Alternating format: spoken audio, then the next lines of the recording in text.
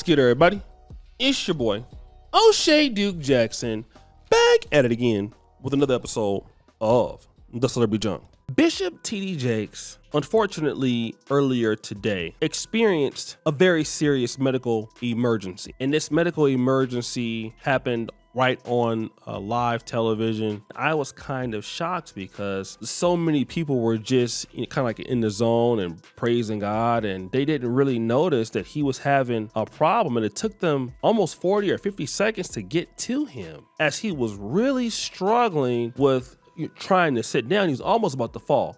And I'm not about to play that medical emergency on my channel. I mean, first of all, that's disrespectful. But second of all, one day that can be you. And you wouldn't want anybody playing you on a YouTube channel having a medical emergency, because trust me, it's something that's not fun. You would not like anybody in your family to do that. So sometimes we need to sit back and actually be adults and say, listen, we're going to make sure that, we pray for the brother and all this. But I'm hearing a lot of people make some speculation. Is it because he's on the Diddy tape as a power bottom? Is this fake? Is this staged? This I do not know. That is above my pay grade. And really, I just don't care. If you really want to know the honest truth, I don't. All right, I just don't care. And I can't prove that. But I can talk about this. And that is the fact that when it comes to being a leader or a pastor, and you having a lot of stress, you have a big ministry like that, although you have a lot of help, it's a lot of stress in leadership.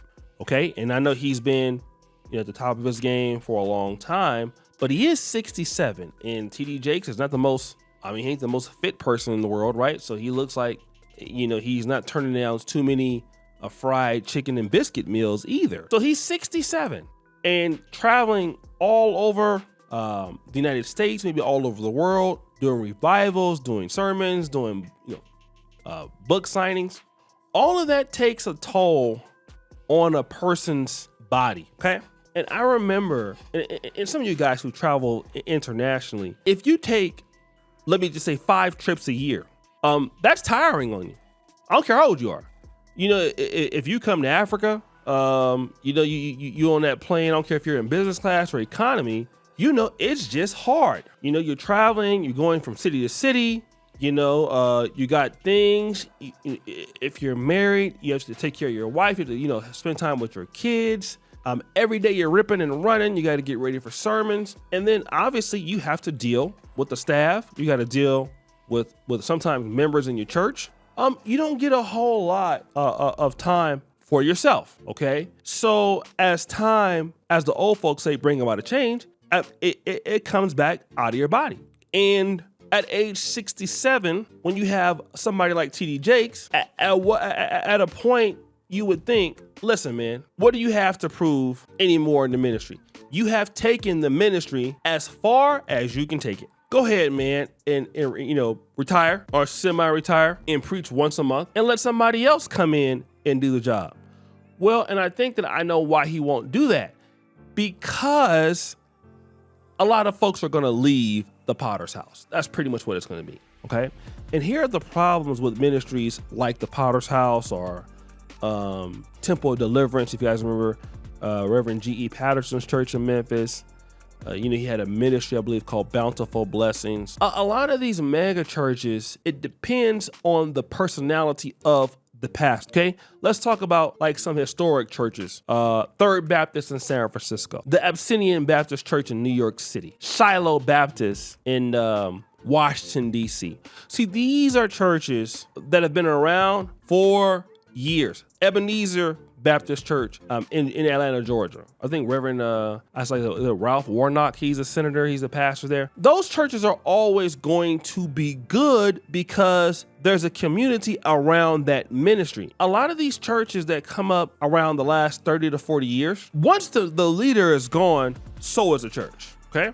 And I think that this is the problem that you see so much in Black America. The same thing, Jamal Harrison's Bryant's church was called Empowerment Temple. Now, Empowerment Temple was a church that he started, and I really don't know how Empowerment Temple is doing now. okay? But I would suspect it's not doing as well as it was when he was there. Okay, I can suspect that. I can expect it. And the churches are kind of set up to not do well once these guys leave. The situation is if they step down, then there goes everything else. All right, everything else goes away. So here's what I also want to talk about for the men out there.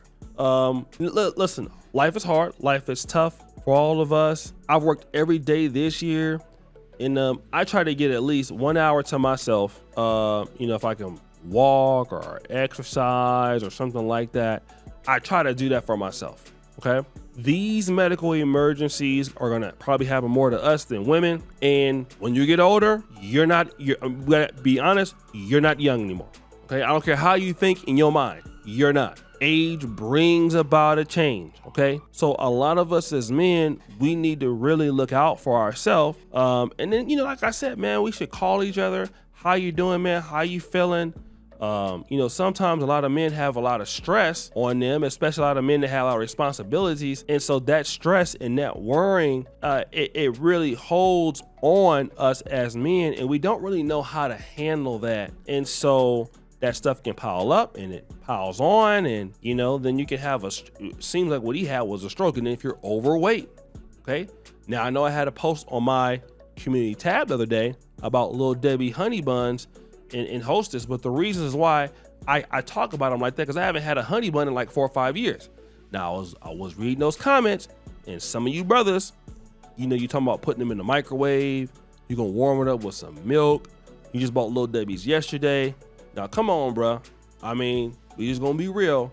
Some of y'all haven't had no cucumbers or nothing like that for a long time, or a salad, and you didn't got your big ass out there and you eating them Lil Debbie snacks, and then you out there, you about 2 or 3 honey buns away from a medical emergency. Okay, so you need to sit your big ass down. All right, and you need to take care of yourself. And I'm not the best person doing this, but take some time for you. If you can, take your time for yourself. All right, because people, and I'm gonna tell you like this, and you guys know I'm telling the truth, they're gonna work you. All right, they're gonna work you, and as much as you can keep giving people, they're gonna keep taking it. So, and if you don't take no time for yourself, nobody's gonna ever tell you. So take care of yourself if you can. All right, and then sometimes know when to say enough's enough. If I'm TD Jakes and I'm 67, I'm about to be 70. I've been preaching all my life, and I've put this situation to where it's at. I'm halfway retirement. I'm halfway retiring. I'm slowing down. I'm tired of y'all.